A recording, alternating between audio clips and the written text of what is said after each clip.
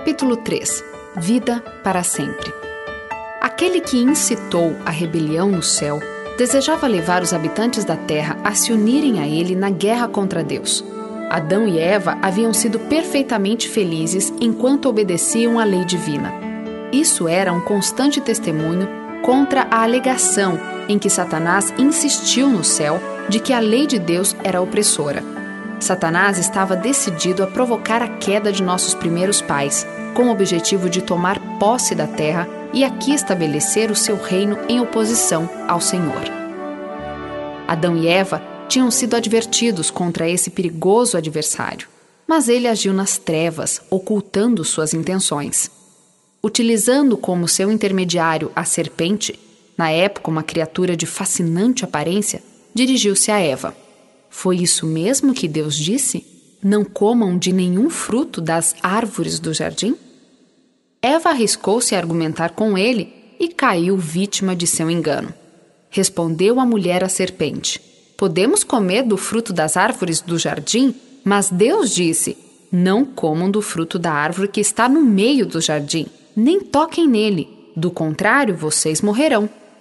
Então a serpente disse à mulher: certamente não morrereis, porque Deus sabe que no dia em que dele comerdes, se abrirão os vossos olhos e sereis como Deus, sabendo o bem e o mal. Eva cedeu, e através de sua influência, Adão foi levado a pecar. Aceitaram as palavras da serpente, desconfiaram de seu Criador e imaginaram que ele estava restringindo a liberdade deles. Deus disse: no dia em que dela comer, certamente você morrerá. Mas como Adão compreendeu o sentido dessas palavras? Deveria ele ser promovido a uma condição mais elevada de existência? Adão não achou que esse era o sentido da sentença divina. Deus declarou que, como penalidade de seu pecado, o ser humano voltaria à terra de onde fora tirado. Você é pó e ao pó voltará. As palavras de Satanás, seus olhos se abrirão, mostraram-se verdadeiras em apenas um sentido. Os olhos dele se abriram para perceber sua própria tolice. Conheceram de fato o mal e provaram o amargo resultado da transgressão. A árvore da vida possuía o poder de perpetuar a vida.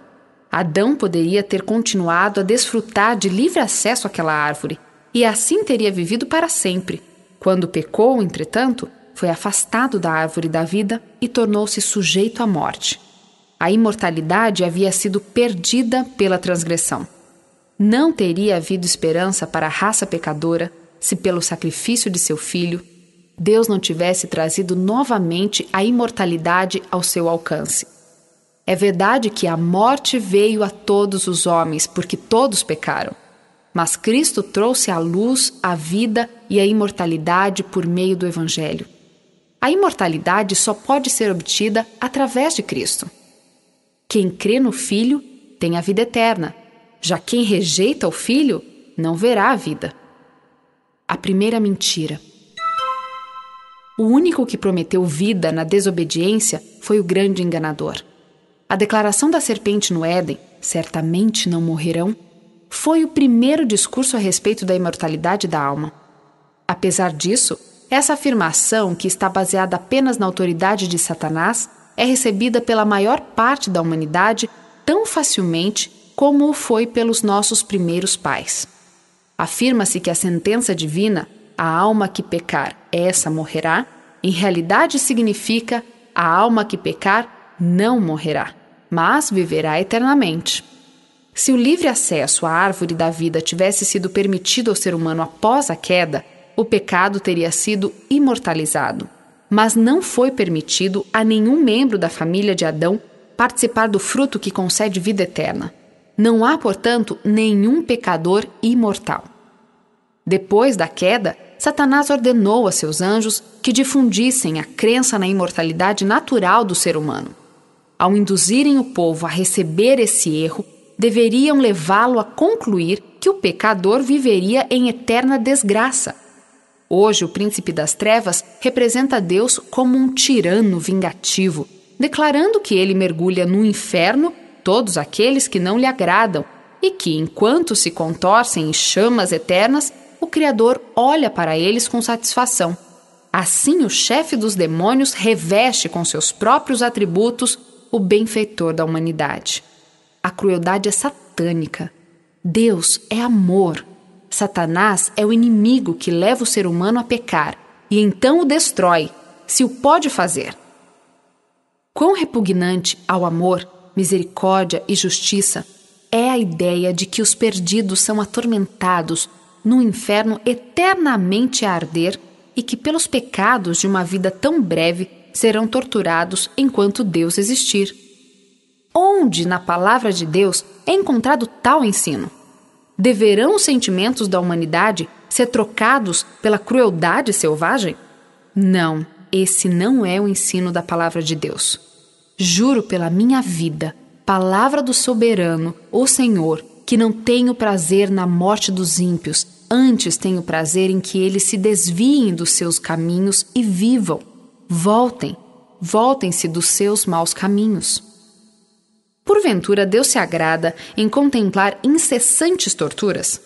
Alegra-se com os gemidos e gritos de sofredoras criaturas, por ele mantidas em chamas? Poderão esses terríveis sons ser música aos ouvidos do amor infinito? Que terrível blasfêmia! A glória de Deus não é exaltada ao ser perpetuado o pecado ao longo de eras sem fim. O erro do tormento eterno. O mal tem sido promovido através da heresia do tormento eterno. A religião da Bíblia, repleta de amor e bondade, é obscurecida pela superstição e revestida de terror. Satanás tem apresentado o caráter de Deus de maneira distorcida. Nosso misericordioso Criador é temido e até mesmo odiado. As opiniões aterrorizadoras sobre Deus têm produzido milhões de céticos e ateus. O tormento eterno é uma das falsas doutrinas, o vinho das abominações que Babilônia faz todas as nações beberem. Guias religiosos aceitaram esse erro de Roma da mesma forma como receberam o falso dia de descanso. Se nos desviamos dos ensinos da palavra de Deus, aceitando falsas doutrinas porque foram ensinadas por nossos pais, recebemos a condenação pronunciada sobre Babilônia. Estamos bebendo do vinho de suas abominações. Muitas pessoas são levadas ao erro oposto. Percebem que a Bíblia representa Deus como um ser de amor e compaixão e não conseguem crer que Ele envie suas criaturas às labaredas de um inferno a arder eternamente. Mas ao crerem que a alma é imortal, concluem que toda a humanidade será salva. Dessa maneira, o pecador pode viver em prazeres egoístas, não se importando com os mandamentos de Deus, e ainda assim receber a aprovação divina. Tal doutrina, que reconhece a misericórdia de Deus, mas ignora a sua justiça, agrada ao coração não transformado. A salvação universal não é ensino bíblico. Aqueles que creem na salvação universal distorcem a Bíblia. Muitos repetem a falsidade apresentada pela serpente no Éden. Certamente não morrereis, porque Deus sabe que no dia em que dele comerdes, se abrirão os vossos olhos e sereis como Deus, sabendo o bem e o mal. Essas pessoas declaram que os piores pecadores, assassinos, ladrões, adúlteros, depois da morte estarão preparados para entrar na bem-aventurança eterna. Agradável fábula, por certo, muito apropriada para satisfazer o coração pecaminoso. Se fosse verdade que a alma vai diretamente para o céu no momento da morte, seria correto desejar mais a morte do que a vida. Por essa crença, muitos têm sido levados a acabar com a própria existência. Dominados por dificuldades e frustrações, parece fácil romper o fio da vida e voar para as bênçãos do mundo eterno. Deus deu, em sua palavra, prova conclusiva de que punirá os transgressores de sua lei. Será ele demasiado misericordioso para exercer justiça sobre o pecador? Basta contemplar a cruz do Calvário. A morte do Filho de Deus mostra que o salário do pecado é a morte e que toda violação da lei de Deus precisa ser punida. Cristo, que não tinha pecado, tornou-se pecado pelo ser humano, suportou a culpa da transgressão e o ocultamento da face do Pai até que seu coração fosse partido e sua vida se desfizesse. Todo esse sacrifício foi feito para que os pecadores pudessem ser salvos. E todos aqueles que se recusam a receber o perdão providenciado a tal custo devem carregar sua própria culpa e castigo da transgressão. As condições são apresentadas. A quem tiver sede, darei de beber gratuitamente da fonte da água da vida. Essa promessa é apenas para aqueles que têm sede. O vencedor herdará tudo isto, e eu serei seu Deus, e ele será meu filho. As condições são especificadas. Para receber a recompensa, teremos de alcançar a vitória. Para os ímpios, no entanto, nada irá bem. O pecador está acumulando ira contra si mesmo para o dia da ira de Deus, quando se revelará o seu justo julgamento. Deus retribuirá a cada um conforme o seu procedimento. Haverá tribulação e angústia para todo ser humano que pratica o mal. Nenhum imoral, ou impuro, ou ganancioso que é idólatra tem herança no reino de Cristo e de Deus. Felizes os que lavam as suas vestes e assim têm direito à árvore da vida e podem entrar na cidade pelas portas. Fora ficam os cães, os que praticam feitiçaria, os que cometem imoralidades sexuais, os assassinos, os idólatras e todos os que amam e praticam a mentira. Deus declarou aos seres humanos qual é o seu método de tratar com o pecado. Todos os rebeldes serão destruídos. A autoridade do governo divino será utilizada para eliminar a rebelião, mas as manifestações da justiça que retribui serão correspondentes ao caráter de Deus, que é misericordioso e bondoso. Deus não força a vontade. Ele não tem prazer na obediência escrava. Deseja que aqueles criados por suas mãos o amem, porque ele é digno de amor. Deseja que lhe obedeçam porque reconhecem de maneira inteligente sua sabedoria, justiça e benevolência. Os princípios do governo divino estão em harmonia com o mandamento do Salvador. Amem os seus inimigos. Deus executa a justiça sobre os ímpios para o bem do universo e até mesmo para o bem daqueles sobre quem seus juízos são executados. Ele os faria felizes, caso fosse possível. Deus os cerca de manifestações de seu amor e lhes oferece sua misericórdia. Porém, eles desprezam seu amor, anulam sua lei e rejeitam sua misericórdia. Constantemente recebem as dádivas de Deus e ainda assim desonram o doador. O Senhor tolera por muito tempo a perversidade deles, mas jamais acorrentará esses rebeldes a seu lado, forçando-os a fazer sua vontade. Despreparados para entrar no céu. Aqueles que escolheram o mal não estão preparados para comparecer à presença de Deus. Orgulho, engano, devassidão e crueldade fixaram-se em seu caráter. Como eles poderiam entrar no céu para morar eternamente com aqueles a quem odiaram na terra? A verdade nunca será agradável ao mentiroso. A humildade não satisfará o orgulhoso. A pureza não é aceitável ao corrupto. O amor abnegado não parece atraente ao egoísta. Que fonte de alegria poderia o céu oferecer para aqueles que se acham absorvidos em interesses egoístas? Poderiam aqueles que têm o coração cheio de ódio a Deus, a verdade e a santidade, unir-se à multidão celestial e aos seus cânticos de louvor? Muito tempo lhes foi concedido, porém jamais exercitaram a mente no amor à pureza. Jamais aprenderam a linguagem do céu. Então será tarde demais. Uma vida de rebeldia contra Deus os desqualificou para o céu. A pureza e santidade desse lugar seriam uma tortura para eles.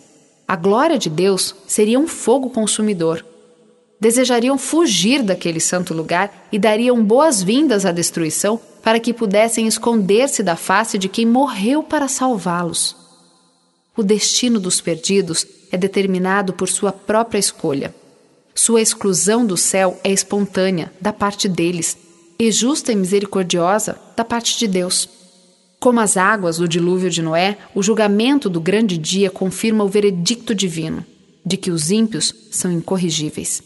A vontade deles foi exercitada na rebelião. Ao terminar a vida, é tarde demais para alterarem seus pensamentos da transgressão para a obediência, do ódio para o amor. O salário do pecado. O salário do pecado é a morte, mas o dom gratuito de Deus é a vida eterna em Cristo Jesus, nosso Senhor. Enquanto que a vida é a herança dos justos, a morte é o destino dos ímpios. A segunda morte é contrastada com a vida eterna. Em consequência do pecado de Adão, a morte passou a toda a raça humana. Todos igualmente descem à sepultura. E através do plano da salvação, todos ressuscitarão. Haverá ressurreição tanto de justos como de injustos. Da mesma forma como em Adão todos morrem, em Cristo todos serão vivificados. Porém, existe uma distinção entre os dois grupos de pessoas que ressuscitam. Todos os que estiverem nos túmulos ouvirão a sua voz e sairão. Os que fizeram o bem ressuscitarão para a vida, e os que fizeram o mal ressuscitarão para serem condenados. Fim do sofrimento. Aqueles que foram considerados dignos da ressurreição da vida são felizes e santos. A segunda morte não tem poder sobre eles. Mas aqueles que não receberam o perdão através de arrependimento e fé receberão o salário do pecado, ou seja, a punição conforme o seu procedimento, que finaliza com a segunda morte. Visto ser impossível para Deus salvar os pecadores em seu pecado, Ele os priva da existência que perderam por suas transgressões e da qual mostraram ser indignos. Um pouco de tempo e os ímpios não mais existirão. Por mais que você os procure, não serão encontrados. Mergulham, sem esperança, no esquecimento eterno. Assim será o fim do pecado. João, no Apocalipse, ouve uma antífona universal de louvor não perturbada por qualquer nota de desarmonia. Não haverá almas perdidas para blasfemarem de Deus, contorcendo-se em tormento interminável. Não existirão seres infelizes no inferno, unindo seus gritos aos cânticos dos salvos. A doutrina de que o ser humano está consciente na morte baseia-se no erro de que ele possui imortalidade inata. Assim como o tormento eterno, essa doutrina contradiz os ensinos da Bíblia, a razão e nossos sentimentos de humanidade. Segundo a crença popular, os salvos no céu conhecem tudo o que ocorre na terra. Mas como poderiam os mortos ser felizes sabendo das dificuldades dos vivos, vendo-os suportar todas as tristezas, desapontamentos e angústias da vida? Quão revoltante é a crença de que logo que o fôlego deixa o corpo, a alma do perdido é entregue às chamas? O que diz a Bíblia? O ser humano não está consciente na morte. Sai-lhes o espírito e eles tornam para a terra. Naquele mesmo dia perecem os seus pensamentos. Os vivos sabem que morrerão, mas os mortos nada sabem. Para eles o amor, o ódio e a inveja há muito desapareceram. Nunca mais terão parte em nada do que acontece debaixo do sol. A sepultura não pode louvar-te, a morte não pode cantar o teu louvor. Aqueles que descem à cova não podem esperar pela tua fidelidade. Os vivos, somente os vivos, te louvam, como hoje estou fazendo. Quem morreu não se lembra de ti. Entre os mortos, quem te louvará? Paulo escreve: se os mortos não ressuscitam, nem mesmo Cristo ressuscitou. E se Cristo não ressuscitou, inútil é a fé que vocês têm, e ainda estão em seus pecados. Neste caso, também os que dormiram em Cristo estão perdidos. Se durante 4.000 anos os justos, ao morrer, tivessem ido diretamente para o céu, como poderia Paulo haver dito que, se não há ressurreição, os que dormiram em Cristo estão perdidos? Finalmente imortais. Quando estava para deixar seus discípulos, Jesus lhes disse que um dia estariam com ele. Vou preparar-lhes lugar. E se eu for e lhes preparar lugar, voltarei e os levarei para mim, para que vocês estejam onde eu estiver. Paulo também afirma que, dada a ordem com a voz do arcanjo e o ressoar da trombeta de Deus, o próprio Senhor descerá dos céus e os mortos em Cristo ressuscitarão primeiro.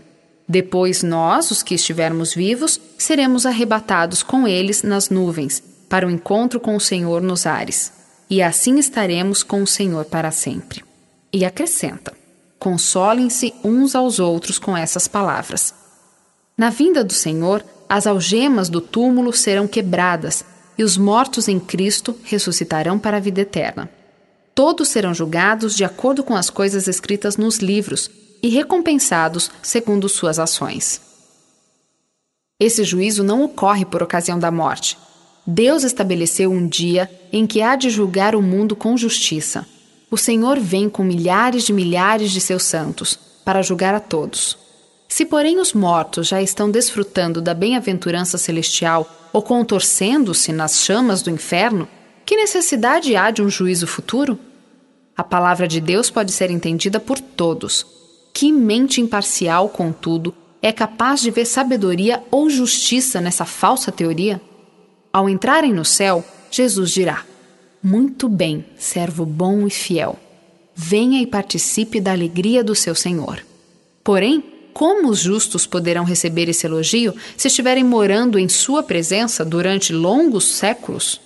Serão os ímpios convocados do lugar do tormento eterno a fim de receber novamente a sentença do juiz?